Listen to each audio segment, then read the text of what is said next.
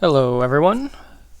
Today I am doing a skill breakdown on the Black Knight, and I'm actually a little surprised with myself that I didn't do one for him already, considering he's probably one of my favorite characters, and I think he's one of the best characters in the game.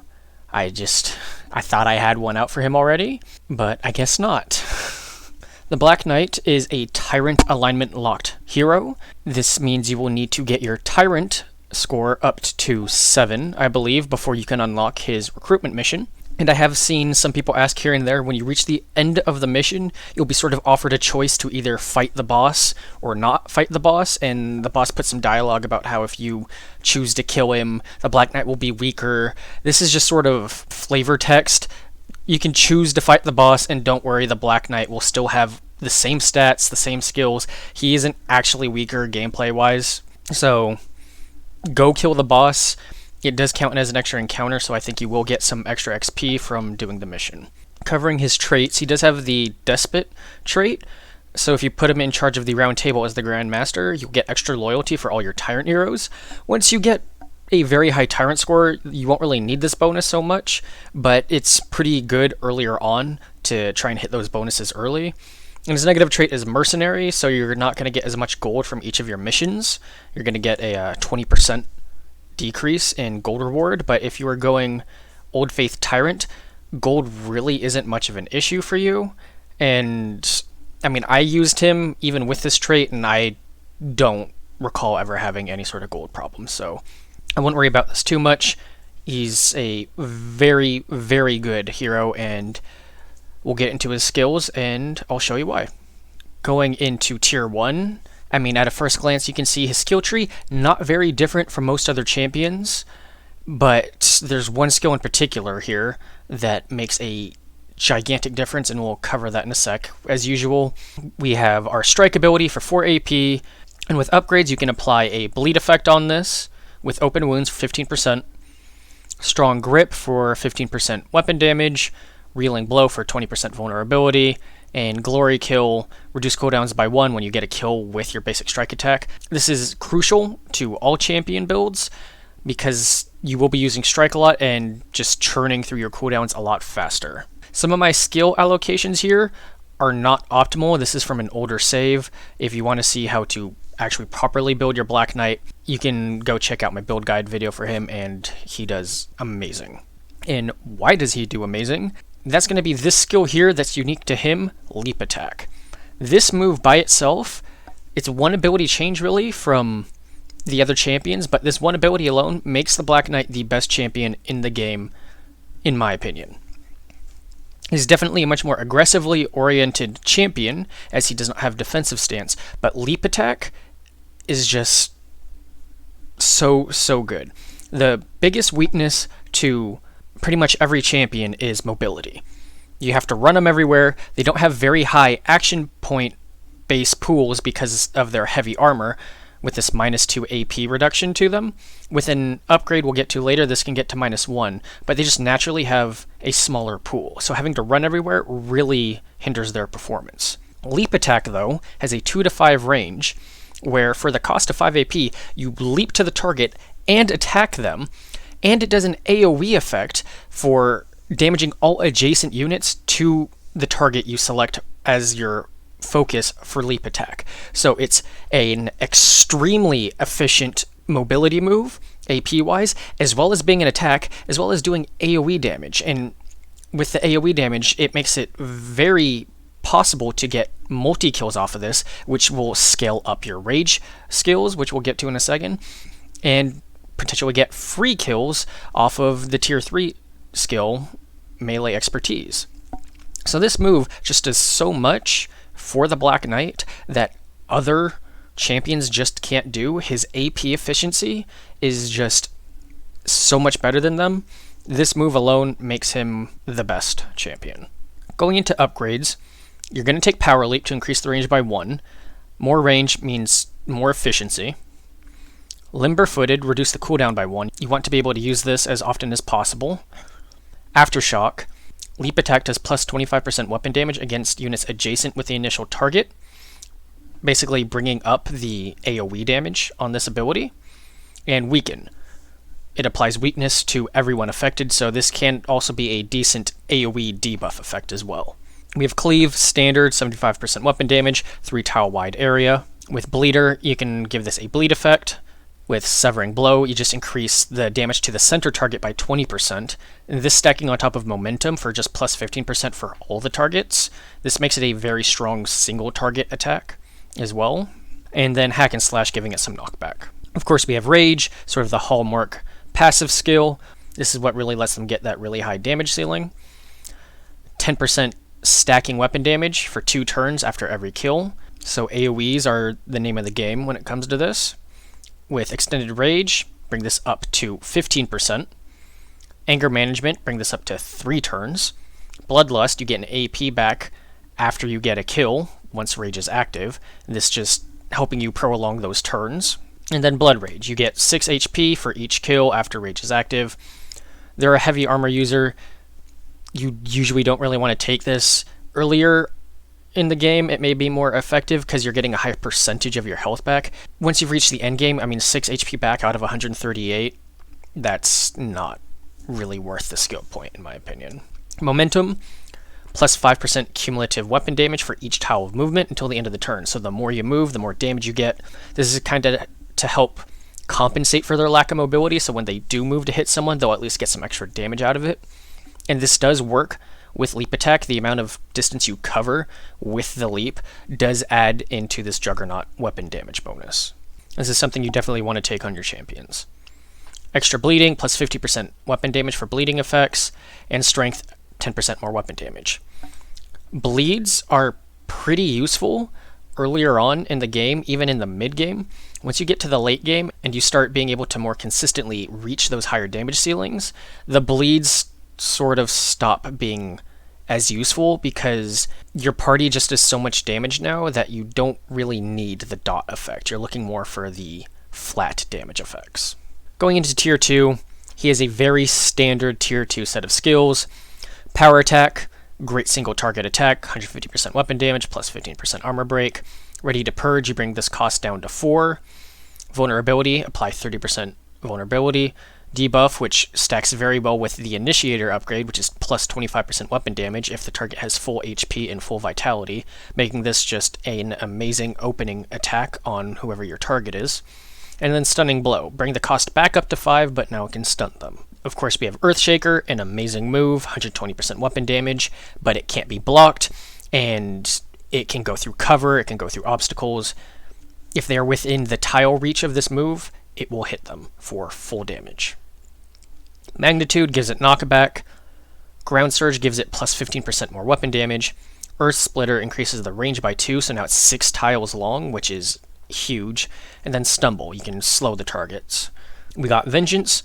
This is a great damage buff for your champion when they get hit by an enemy. Your champion will now do 10% more weapon damage against them. This is just a great ability to help get your ball rolling and start getting those kills stacking up. It has some decent upgrades as well. With Berserk, you gain plus 2 HP if you have no HP. This is sort of a risky thing to go for. All of these upgrades are sort of a high risk, high reward type of playstyle. I tend to avoid it, but maybe you're into it. You'll probably like these abilities. Avenger, this one is just universally good. You gain plus 1 AP on your next turn if you took at least 2 hits during the enemy turn. This is very easy to get. You don't even have to try, so it's basically a free AP for most of your turns. Frenzy, the less HP you have, the more damage you deal, up to 30% more damage with no HP left. That's a huge amount of damage, but obviously, with no HP, you're running the risk of taking vitality damage and therefore taking injuries. And Combat Fever, plus 5 unbreakable armor when you have no HP. You only want to take this if you have other sources of unbreakable armor to stack onto this, because 5 out of 22 is not a lot. In the endgame, 5 armor is barely any damage reduction. Of course, we have Armorer, which reduces the AP penalty from heavy armor sigils, so now instead of -2 from this, it's -1. And if you're using one of those -1 heavy armors, it's now 0. Robust, 10% vitality, HP, and physical debuff resistance, just a bit of tankiness. Going into tier 3, we have another unique ability for a champion. You see this on your Arcanist, Blood Hex. You target an enemy, they will start bleeding, and they'll deal 30% less damage for 2 turns. I don't see a whole lot of use for this ability. One, he can't get Hex Intensity, so this will always be 30%, and then further reduced against whatever their debuff resistances are. So you're mostly taking this for the bleed, and as I kind of mentioned before, bleeds really start to fall off a bit, at least for a champion later in the game. Their damage ceilings start to get high enough where you're pretty much going for the killing on the initial blow, not on the follow-up bleeds. With the upgrades, you can give this plus 50% Hex Intensity, but that means this is a 15% bonus, so it's 45%, not 80%. Which is better, but you can just put this towards other things to just increase his raw damage, which is what you want your champion to be doing. Short syllables, you reduce the cooldown by 1, Bad Blood increase the duration by 1, and Hemophilia reduce the physical debuff resist by 10%.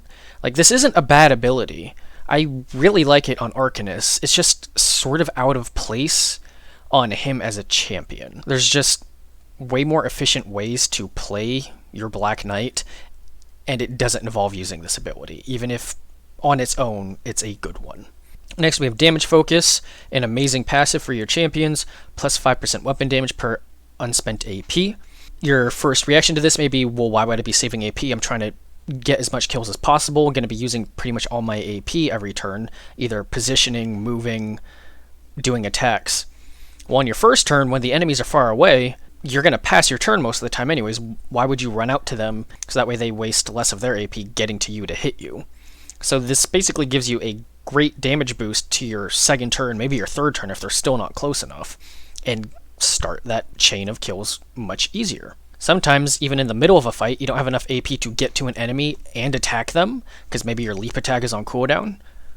Don't waste the AP running to them and doing nothing. Just pass your turn, get extra damage on your next turn so you can kill them that much easier. And with the upgrades, you get extra perks from this, such as Save Strength.